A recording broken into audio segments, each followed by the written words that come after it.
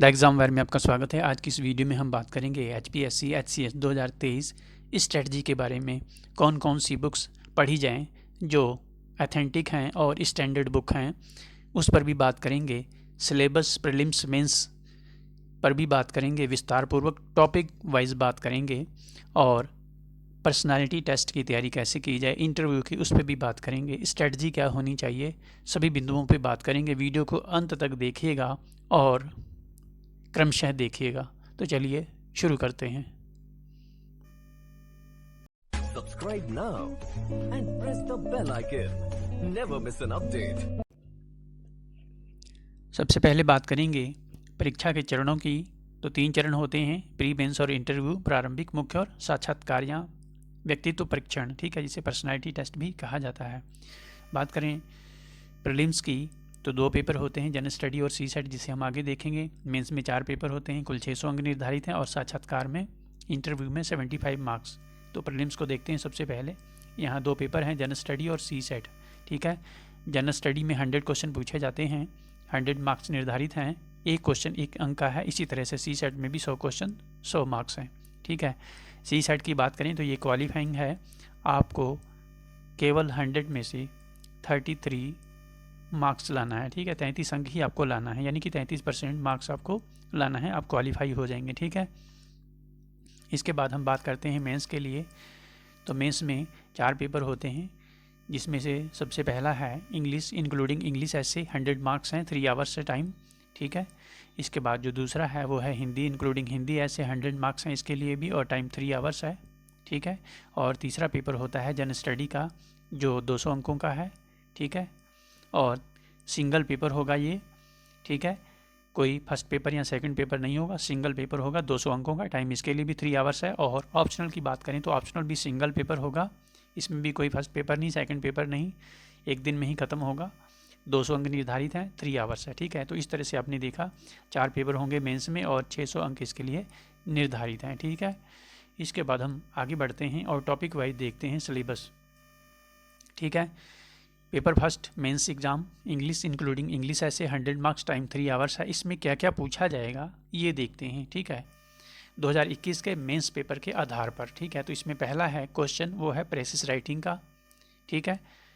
Precious writing आप जानते ही हैं, संक्षेपण हिंदी में कहा जाता है, ठीक है। एक पैराग्राफ दिया होता है, उसकी आपको प्रेसिस करनी होती है 1/3 में, ठीक है। मान लीजिए 300 अंक, 300 शब्द हैं, ठीक है, तो उसका जो 1/3 है वो हो जाएगा 100।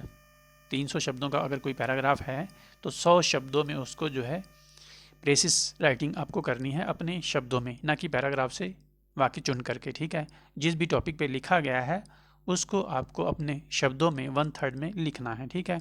इसके बाद जो दूसरा क्वेश्चन है वो है पैसेज। इसमें एक पैसेज दिया होगा, नीचे 5 क्वेश्चन होंगे, एक क्वेश्चन जो है 4 अंकों का होगा, और इस तरह से ये 20 अंक का पैसेज होगा, ठीक है। इसके बाद जो थर्ड क्वेश्चन आता है वो है ऐसे का, 5 ऐसे दिए होंगे जिनमें से आपको एक ऐसे लिखना है, ठीक है। 30 अंक इसके लिए निर्धारित हैं, ठीक है। ऐसे की तैयारी कैसे करेंगे हम आगे चर्चा करेंगे। इसके बाद अगला जो क्वेश्चन है वहाँ से इंग्लिश ग्रामर शुरू होता है, जिसमें correct words to fill in, ठीक है। 2 शब्द दिए होंगे एक वाक्य में, उसमें से जो सही शब्द है, ठीक है, जो उस वाक्य के लिए फिट बैठता है, उसको आपको भरना है, ठीक है। इस तरह से 10 वाक्य होंगे, 10 अंक निर्धारित हैं। इसके बाद अगला है सिनोनिम्स, ठीक है, नियरेस्ट मीनिंग आपको लिखनी है, अर्थात सिनोनिम, ठीक है। 10 वाक्य होंगे यहाँ पर भी, यहाँ 10 शब्द होंगे, तो 10 अंक इसके लिए भी निर्धारित है। इसके बाद आता है कॉमन इरर्स, ठीक है, यहाँ पर भी 10 वाक्य होंगे, 10 अंक निर्धारित हैं इसके लिए भी, ठीक है। इसके बाद पेपर 2 शुरू होता है, हिंदी इंक्लूडिंग हिंदी ऐसे, 100 मार्क्स, टाइम 3 आवर्स है।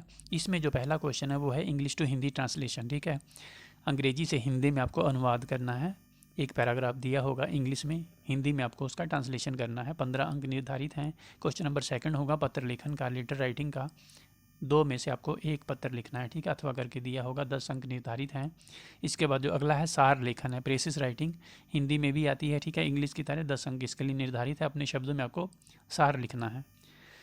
इसके बाद अगला है अनुच्छेद की व्याख्या, पद्य और गद्य, ठीक है, 2 पद्य होंगे, ठीक है, जिनमें से किसी एक की आपको व्याख्या करनी है, केवल व्याख्या करनी है, संदर्भ और प्रसंग नहीं लिखना है। इसी तरह से 2 गद्य के पैराग्राफ होंगे जिसमें से किसी एक की ही आपको व्याख्या करनी है, ठीक है। 5-5 अंक निर्धारित हैं। यहाँ अभ्यर्थियों को परेशानी होती है जिनका हिंदी वैकल्पिक विषय नहीं है, ठीक है। जिनका हिंदी ऑप्शनल है उनको तो कोई दिक्कत नहीं है। जिनका हिंदी नहीं है, जिनकी हिंदी वीक है, जिन्होंने हिंदी पढ़ा नहीं है, तो उनको टेंशन लेने की आवश्यकता नहीं है। इसकी तैयारी भी हम आपको करवाएंगे, ठीक है। इसका स्टडी मटेरियल आपको चैनल पर मिलेगा, ठीक है। इसके बाद अगला है विलोम शब्द। 10 विलोम शब्द दिए होंगे, ठीक है। 5 अंक इसके लिए निर्धारित है, अपोजिट लिखना है आपको। इसके बाद शब्द युग्म है जिसे इंग्लिश में होमोफोन्स कहा जाता है। जैसे हिंदी की बात करें तो अनल अनिल है, ठीक है। अनल माने आग होता है, अनिल माने हवा, मिलते जुलते शब्द, ठीक है। 5 अंक इसके लिए भी निर्धारित हैं। इसके बाद शुद्ध अशुद्ध शब्द, तो अशुद्ध शब्द दिए होंगे, वर्ड्स दिए होंगे हिंदी में, उसको आपको शुद्ध करके लिखना है। 5 अंक निर्धारित है इसके लिए भी। इसके बाद अगला है वाक्य प्रयोग, यूज इन सेंटेंस, ठीक है। इंग्लिश की तरह हिंदी में भी वाक्य प्रयोग होता है, ठीक है। 5 अंक निर्धारित है इसके लिए। इसके बाद आगे आता है वाक्यांश के लिए एक शब्द, सब्सटीट्यूशन 1 वर्ड, ठीक है। इंग्लिश की तरह हिंदी में भी पूछे जाते हैं, ठीक है। 2.5 अंक निर्धारित हैं। 5 शब्द दिए होंगे, ठीक है, वाक्यांश के लिए एक शब्द। इसी तरह से 5 संधि होंगी जिसका आपको विच्छेद करना है, संधि विच्छेद करना है, ठीक है। आपको संधि का नाम नहीं लिखना है, इसके लिए भी 2.5 अंक निर्धारित हैं। इसके बाद जो आखिरी प्रश्न है हिंदी में वो है निबंध लेखन का, ठीक है। 5 में से आपको एक निबंध लिखना है, ठीक है। इसके लिए 30 अंक निर्धारित हैं इंग्लिश की तरह। इंग्लिश में भी 30 अंक निर्धारित हैं, 5 में से आपको एक ऐसे लिखना है, ठीक है। इसके बाद हम तीसरा पेपर देखते हैं जनरल स्टडी का, ठीक है। जनरल स्टडी 200 मार्क्स हैं, टाइम 3 आवर्स है। यहाँ पर टोटल नंबर ऑफ क्वेश्चंस जो होंगे वो होंगे 20, ठीक है। कुल 20 प्रश्न होंगे, ठीक है। क्वेश्चन नंबर 1 to 10, प्रश्न संख्या 1 से लेकर के 10 तक, उसकी शब्द सीमा जो है 150 शब्द है, ठीक है। 150 शब्दों में आपको लिखना है, ठीक है। और प्रत्येक क्वेश्चन के लिए 6 अंक निर्धारित हैं, 6 मार्क्स, ठीक है, पर क्वेश्चन, ठीक है। इसके बाद क्वेश्चन नंबर 11 to 20, प्रश्न संख्या 11 से लेकर के 20 तक, उसकी वर्ड लिमिट जो है वो 300 शब्द है, ठीक है। 150 6 अंक निर्धारित हैं, 300 वाले के लिए 14 अंक निर्धारित हैं प्रत्येक प्रश्न के लिए, ठीक है। इसके बाद हम इस जीएस में जो सेक्शन होंगे वो होंगे हिस्ट्री, ठीक है। जो क्वेश्चन होंगे वो हिस्ट्री से होंगे, ज्योग्राफी से, पॉलिटी से, इकोनॉमी से, इन्वायरमेंट से, इंटरनेशनल रिलेशन से, स्टैटिक्स से एक क्वेश्चन होगा, स्टैटिक्स से, ठीक है। एथिक्स से होगा, ठीक है। और करंट अफेयर से भी क्वेश्चन होंगे, ठीक है। इतने सेक्शन होंगे इस जनरल स्टडी के पेपर में, ठीक है। इसके बाद अगला पेपर जो होगा वो है ऑप्शनल पेपर, पेपर 4, वैकल्पिक विषयों का प्रश्न पत्र। जो भी वैकल्पिक प्रश्न पत्र आपका होगा, जो भी आपने सब्जेक्ट चूज़ किया होगा, 200 अंक निर्धारित है, टाइम 3 आवर्स है, ठीक है। इसमें total number of given question, जो प्रश्नों की संख्या होगी वो होगी 16, ठीक है। जीएस में आपने देखा 20 क्वेश्चन होंगे, यहाँ पर प्रश्न 16 होंगे जिनमें से आपको 12 के उत्तर लिखना है। जीएस में आपने देखा 20 क्वेश्चन थे, 20 ही करने हैं सारे, यहाँ पर 16 में से आपको 12 करने हैं, ठीक है। पेपर 2 सेक्शन में डिवाइड होगा, सेक्शन ए और सेक्शन बी। प्रत्येक सेक्शन का जो पहला क्वेश्चन होगा, ठीक है, सेक्शन ए की बात करें तो उसमें क्वेश्चन नंबर 1 बनेगा, और सेक्शन बी की बात करें तो उसमें क्वेश्चन नंबर 9 बनेगा, वो कंपलसरी होगा, ठीक है। 6 अंक निर्धारित है यहाँ पर भी, क्वेश्चन नंबर 1 to 9 के। शब्द सीमा यहाँ पर 150 है। इसके अलावा क्वेश्चन नंबर 10 से लेकर के 16 तक, ठीक है, 14 अंक निर्धारित हैं प्रत्येक प्रश्न के लिए, ठीक है। इसके बाद हम आगे बढ़ते हैं और देखते हैं पर्सनालिटी टेस्ट इंटरव्यू के लिए 75 अंक निर्धारित हैं यहाँ पर। तो इसकी तैयारी कैसे करें, तो इसके लिए जो पहला आता है हमारे सामने ऑप्शन, वो है डेमो क्लासेस का, ठीक है। आप इसके लिए डेमो क्लासेस ले सकते हैं तमाम कोचिंग सेंटर से, ठीक है। चैनल की मदद ले सकते हैं, ठीक है, हमारी मदद ले सकते हैं। इसके अलावा आप 3-4 अभ्यर्थियों का ग्रुप बना करके ग्रुप डिस्कशन भी कर सकते हैं, ठीक है। इसके अलावा न्यूज़पेपर रीडिंग होगी, न्यूज़पेपर आप पढ़ते रहें, ठीक है। वहाँ से करंट इश्यूज़ जो हैं उनको देखें, उन पर आप मंथन चिंतन करें, ठीक है। द संसद टीवी है उसको देखें, EIR न्यूज़ है, इसके अलावा PIB है, इसकी रिपोर्ट को देखें, ठीक है। वेबसाइट्स हैं, DD न्यूज़ है, इन सबको देखें। और बात करें ट्रेड्स की, गुणों की, तो अपने भीतर जो है किन गुणों का आपको विकास करना है, और ये एक दिन में विकास नहीं होता है, क्रमशः तैयारी के साथ साथ होता है, ठीक है, पढ़ाई के साथ साथ होता है। जिनमें है पहला है पॉजिटिव माइंडसेट। आप पॉजिटिव माइंडसेट वाले होने चाहिए, आपकी एनालिटिकल अप्रोच होनी चाहिए। इस एनालिटिकल अप्रोच के लिए हमारा एक फार्मूला है RTO का, ठीक है, जिसे RTO फार्मूला कहा जाता है। पहला है रीडिंग, ठीक है, जितनी ज़्यादा आप रीडिंग करेंगे उतनी ही आपके भीतर थॉट डेवलप होगी, ठीक है, थिंकिंग करेंगे और ऑब्ज़र्व करेंगे उतना ही ज़्यादा, ठीक है। तो रीडिंग, थिंकिंग और ऑब्ज़र्विंग से जो आपके भीतर है वो एनालिटिकल अप्रोच डेवलप होती है, ठीक है, ये आप समझ रहे होंगे, ठीक है। इसके बाद जो अगली क्वालिटी आपके भीतर होनी चाहिए वो है लिसनिंग एबिलिटी। सुनने की आपकी क्षमता जो है अधिक होनी चाहिए, ठीक है। इसीलिए कहा भी जाता है लिसन मच स्पीक लेस, ठीक है, अधिक आपको सुनना है। कई बार इंटरव्यू बोर्ड में क्या होता है, बीच में प्रश्न पूछते हैं और तपाक से कोई दूसरा प्रश्न पूछ देते हैं या उठ करके चले जाते हैं, ठीक है। ये जज करने के लिए कि आपकी लिसनिंग एबिलिटी कितनी है, पुनः उसी प्रश्न को पूछते हैं या ये पूछते हैं कि आपसे क्या पूछा जा रहा था, ठीक है। इसके अलावा आपको पैशेंस को भी डेवलप करना है, आपके भीतर पैशेंस होना चाहिए। पूर्वाग्रहों से आपको बच के रहना है, किसी तरह का पूर्वाग्रह नहीं होना चाहिए किसी के प्रति भी, ठीक है। इसके अलावा स्पष्ट और संतुलित दृष्टिकोण आपको विकसित करना होगा, बैलेंस्ड आंसर आपको देना है, किसी पक्ष की ओर आपका झुकाव नहीं होना चाहिए, यानी कि मध्यम मार्ग, ठीक है। इसके बाद बुक्स की बात कर लेते हैं, और ये बुक्स जनरल स्टडी, प्रीलिम्स और मेंस के लिए हैं, वैकल्पिक विषयों के प्रश्न पत्र के लिए नहीं हैं, ठीक है। यदि आप कहेंगे तो उसके लिए अलग से वीडियो बना देंगे, ठीक है। सबसे पहले बात करते हैं हिस्ट्री की, तो हिस्ट्री के लिए NCERT आपको देखनी है 6 से 12th क्लास तक, ठीक है। 6 to 12th class very important है। इसके अलावा तमिलनाडु बोर्ड की आप 11th-12th की देख सकते हैं, ठीक है, इंग्लिश में आती है। इसके बाद बात करते हैं इंडियन मिडीवल हिस्ट्री की, तो सतीश चंद्रा है, और स्पेक्ट्रम की मॉडर्न इंडिया है, ठीक है। हिस्ट्री के लिए आपको बस इतनी बुक्स ही देखनी है, ठीक है, बहुत अधिक पुस्तकों को आपको नहीं पढ़ना है, ठीक है। एथेंटिक और स्टैंडर्ड बुक्स को ही आपको पढ़ना है और बार बार पढ़ना है। इसके बाद बात करते हैं आर्ट एंड कल्चर की, प्रीलिम्स और मेंस दोनों के लिए तो नितिन सिंघानिया और NCERT art and culture sufficient है, ठीक है। इसके बाद बात करते हैं जाग्राफी की, तो जाग्राफी के लिए एक तो NCERT है 6 to 12th क्लास तक, वेरी इंपॉर्टेंट है, इसको आप देख लीजिए, बहुत अच्छे से पढ़िएगा जाग्राफी की। इसके बाद geography of India Majid Hussain और खुल्लर की, ठीक है, दोनों को देख लें। इसके बाद geography of world Majid Hussain देख लें, और ऑक्सफर्ड स्कूल एटलस मैप आपके पास होना चाहिए। इसके अलावा certificate physical and human geography G C Leong की, इसको भी देख लें, इंग्लिश में है और बहुत अच्छी पुस्तक है, ठीक है। और यदि आप हिंदी मीडियम से हैं, इंग्लिश आपकी अच्छी होगी ही, तो आप भी इसको पढ़ सकते हैं। इसके बाद बात करते हैं EVS की, EVS के लिए क्लास 12th की NCERT आप देख लें, ठीक है। इसके अलावा NIOS का इन्वायरमेंट पर स्टडी मटेरियल है, ऑनलाइन आप NIOS की वेबसाइट पर जाएं और वहां से आप डाउनलोड कर सकते हैं, ठीक है। डाउनलोड करके इसका प्रिंट निकलवा लें और उसको अच्छे से पढ़ लें। इसके अलावा दृष्टि द विज़न की कोचिंग सेंटर है, इसकी बुक आती है इन्वायरमेंट एंड इकोलॉजी पर, इसको भी पढ़ लें, बहुत अच्छी पुस्तक है। इसके अलावा यदि आप बेसिक पढ़ना चाहते हैं EVS का, तो इराक भरूचा की बुक आती है, इसको देख लें, ठीक है। जनरली ये UGC नेट के जो अभ्यर्थी हैं वो इसको पढ़ते हैं, ठीक है। इसके बाद बात करते हैं इंडियन पॉलिटी एंड कॉन्स्टिट्यूशन के लिए, तो NCERT class 11th and 12th की देख लें। और इसके अलावा आप जानते हैं लक्ष्मीकांत, इस नाम से आप परिचित ही होंगे, इनकी आती है इंडियन पॉलिटी, ठीक है। हालांकि लेंदी बुक है, कम समय में तैयार करना मुश्किल है, तो उसके लिए साथ में आप दृष्टि की क्विक बुक भी रख सकते हैं, इंडियन पॉलिटी पर हिंदी इंग्लिश दोनों में आती है, ठीक है। आसानी से आप इसका रिवीजन भी कर सकते हैं। यदि आप जॉब करते हैं, आपके पास टाइम कब है, तब तो आप इस पुस्तक को अवश्य पढ़ें। इसके बाद बात करते हैं इकॉनमी की, तो इकॉनमी के लिए रमेश सिंह बुक को देख सकते हैं, ठीक है। दृष्टि की क्विक बुक भी आती है इकॉनमी पर हिंदी में, ठीक है।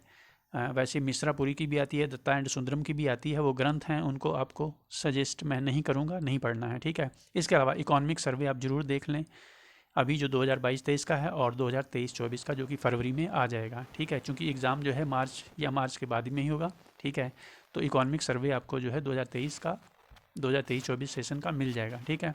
इसके अलावा जो भी करंट इश्यूज़ हैं इकोनॉमी पर, आपको उनको देखना है, क्योंकि करंट क्वेश्चन ही पूछे जाते हैं, ठीक है। प्रीलिम्स की बात करें तो बेसिक कंसेप्ट पूछे जाते हैं, वो एक बेसिक बुक से आप तैयार कर सकते हैं।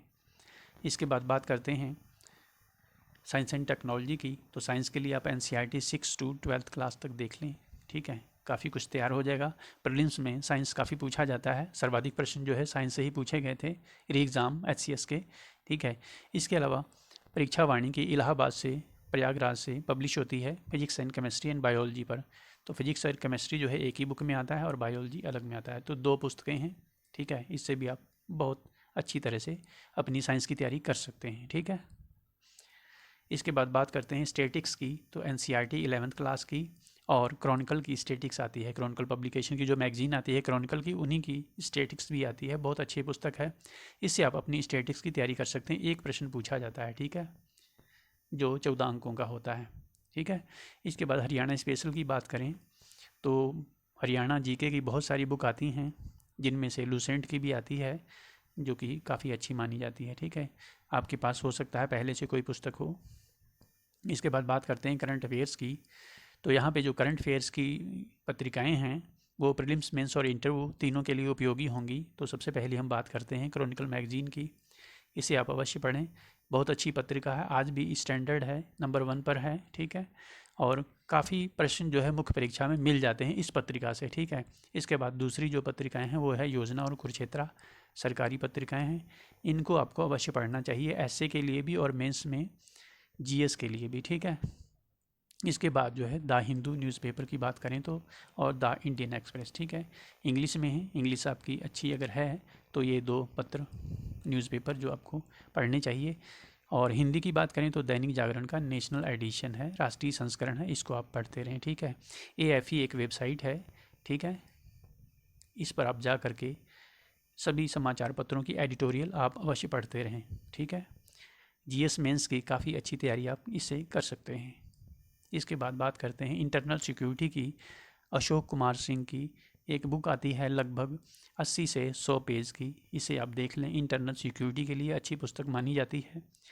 डिजास्टर मैनेजमेंट की बात करें, आपदा प्रबंधन की, तो एनसीईआरटी की पुस्तक पर्याप्त है। इसके अलावा योजना और कुरुक्षेत्र मैगजीन है, उनमें समय समय पर आता रहता है, ठीक है, उस मैटर को भी आप देखते रहेंगे। सी सेट की बात करें प्रीलिम्स के लिए तो RS अग्रवाल सफिशिएंट है, ठीक है, क्योंकि आपको 33% मार्क्स ही लाना है, ठीक है, तो इसलिए बहुत ज़्यादा पुस्तकें आपको नहीं पढ़नी है, ठीक है। इसके बाद बात कर रहे हैं मेंस हिंदी की, हिंदी इंक्लूडिंग हिंदी ऐसे, जो कि मेंस में होता है सेकंड पेपर, तो इसके लिए हरदेव बाहरी और आदित्य पब्लिकेशन की बुक्स आप देख सकते हैं हिंदी व्याकरण के लिए, ठीक है। जो व्याख्या वाला सेक्शन है हिंदी में, उसके लिए स्टडी मटेरियल हम आपको उपलब्ध करवा देंगे, ठीक है। इस 2 के अलावा तीसरी पुस्तक पढ़ने की आवश्यकता नहीं है। बात करें इंग्लिश इंक्लूडिंग इंग्लिश ऐसे के लिए, तो रेंड एंड मार्टिन की आती है इंग्लिश की। इसके अलावा essential English grammar doctor Murphy की आती है। इन 2 पुस्तकों को देख सकते हैं, हो सकता है तीसरी या चौथी पुस्तक आपके पास पहले से ही हो, फिलहाल आपको 2 पुस्तकें ये पढ़नी है, ठीक है। ऐसे की बात करें तो ऐसे जो है तमाम पत्र पत्रिकाओं से आप तैयार कर लेते हैं, एडिटोरियल से तैयार कर लेते हैं, ठीक है। इसके बाद हम बात करते हैं स्टडी टिप्स के बारे में, ठीक है। तो ऊपर भी आपको बता चुके हैं, या फिर से हम बताएंगे, बहुत सारी पुस्तकों को पढ़ने के बजाय आपको स्टैंडर्ड और अथेंटिक बुक्स का अध्ययन बार बार करना है, ठीक है, बार बार करना है। कई बार जो है बहुत सारे अभ्यर्थी जो है बहुत सारी पुस्तकों के चक्कर में पड़ जाते हैं और किसी भी पुस्तक को वो ठीक से नहीं पढ़ पाते हैं, ठीक है, और उनका जो नॉलेज है सब्जेक्ट को लेकर के, जो समझ है, वो इनकम्प्लीट रह जाती है, अधूरी रह जाती है, ठीक है। तो अथेंटिक और स्टैंडर्ड बुक को बार बार पढ़ना है, रिवीजन आपको अवश्य करना है। रिवीजन का फार्मूला आपको ऊपर बता चुके हैं, ठीक है। RTO वाला फार्मूला जो एनालिटिकल अप्रोच के लिए है, और यहाँ एक फार्मूला और आपको बताते हैं, ठीक है, RWT, ठीक है, ये फार्मूला भी स्वयं हमने बनाया है। इसमें है रीड 1, राइट ट्वाइस और थिंक थ्राइस, ठीक है। एक बार आपको पढ़ना है, ठीक है, राइट ट्वाइस, उससे ज़्यादा इंपॉर्टेंट बात आती है राइट ट्वाइस, 2 बार लिखना है, जो कि बहुत सारे अभ्यर्थी नहीं करते हैं, घबराते हैं, मेहनत लगती है चूँकि इसमें, और उससे भी ज़्यादा मेहनत लगती है थिंक थ्राइस, 3 बार सोचने में, ठीक है। मंथन चिंतन जब तक आप नहीं करेंगे, आपके भीतर जो एनालिटिकल अप्रोच है वो डेवलप नहीं हो पाती है, ठीक है। गहन मंथन चिंतन अति आवश्यक है। तो किसी भी टॉपिक को 1 बार पढ़ें, उसे 2 बार आप लिखें और 3 बार उस पर मंथन चिंतन करें, ठीक है। तब वो प्रश्न जो आपका 100% तैयार हो जाता है और लंबे समय तक आपके माइंड में भी रहेगा, और आप जो है अच्छा मेंस लिख सकते हैं, ठीक है, और आप इंटरव्यू में भी अच्छा स्कोर कर सकते हैं, अच्छे अंक ला सकते हैं। इसके बाद अगली जो बात है वो है क्वांटिटी ऑफ स्टडी आवर्स के बजाय quality of study hours per ध्यान देना है। बहुत सारे अभ्यर्थी क्या करते हैं, वो क्वांटिटी देखते हैं कि मैं 10 घंटे या 12 घंटे या 16 घंटे पढ़ता हूँ, ठीक है, लेकिन वो क्वालिटी पर ध्यान नहीं देते हैं कि आपने आखिर 10-12 घंटों में, 16 घंटों में पढ़ा क्या है, कितनी ग्रेस्पिंग हुई है, ठीक है, अचीव क्या किया है। तो आपको quality of study hours per ध्यान देना है, अपनी क्वालिटी पर ध्यान देंगे, क्वांटिटी पर नहीं, ठीक है। इसके बाद पढ़ाई जो आप स्टडी करते हैं उसको ऐसे करना है आपके भीतर जो है समालोचनात्मक विचार उत्पन्न हो सकें, ठीक है। इस बात का आपको ध्यान रखना है, क्योंकि मेंस में जब आंसर राइटिंग करेंगे तो समालोचनात्मक विचार ही वहाँ पे काम आएंगे, इंटरव्यू में भी यही काम आएंगे, ठीक है। समालोचनात्मक विचार उत्पन्न होने चाहिए, साथ ही साथ विश्लेषणात्मक क्षमता भी, एनालिटिकल डेवलपमेंट, ठीक है। किसी भी पक्ष की ओर आपका झुकाव नहीं होना चाहिए, बैलेंस आंसर आपका होना चाहिए इंटरव्यू में भी और आंसर राइटिंग में भी, मेंस के, ठीक है। इसके बाद प्रीवियस ईयर के क्वेश्चन भी आपको अवश्य देखना है, ऊपर जितने भी विषय बताए गए हैं उन सभी विषयों के आपको प्रीवियस ईयर के क्वेश्चन भी देखना है, और उन्हीं प्रश्नों से अपना स्वयं का मूल्यांकन भी करते रहना है टॉपिक वाइज टॉपिक्स पढ़ने के बाद, ठीक है। इसके बाद जो अगली इंपॉर्टेंट बात होती है वो है कंसिस्टेंसी। कंसिस्टेंसी आपको बना के रखनी है, ठीक है। कंसिस्टेंसी जैसे ही गड़बड़ होती है तो बहुत सारी चीज़ें जो है क्या होती हैं, विस्मृत होने लग जाती हैं, आपके माइंड से भूल जाते हैं, ठीक है। तो कंसिस्टेंसी बहुत इंपॉर्टेंट होती है किसी भी चीज़ के लिए। इसके बाद जो अगली बात जो हम अक्सर अभ्यर्थियों को बताते हैं वो है एक्सटेंसिव और इंटेंसिव स्टडी, ठीक है। क्योंकि पेपर जो है प्रीलिम्स री एग्ज़ाम जो हुआ था आपने देखा होगा, काफ़ी टफ था, मेंस के पेपर भी आपने देखे हैं, चैनल पर ऑलरेडी अपलोडेड हैं।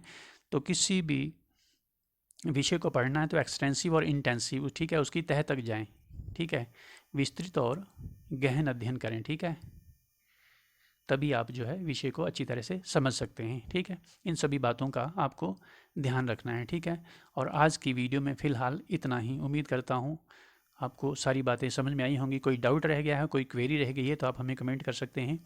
चैनल को अभी तक सब्सक्राइब नहीं किया है तो सब्सक्राइब कर लीजिएगा, बेल आइकन को प्रेस करना ना भूलिएगा ताकि आपको नोटिफिकेशन आपके मोबाइल पर मिलती रहे। वीडियो को लाइक भी कर दीजिएगा। वीडियो को देखने के लिए आपका बहुत बहुत धन्यवाद। आपका दिन शुभ हो।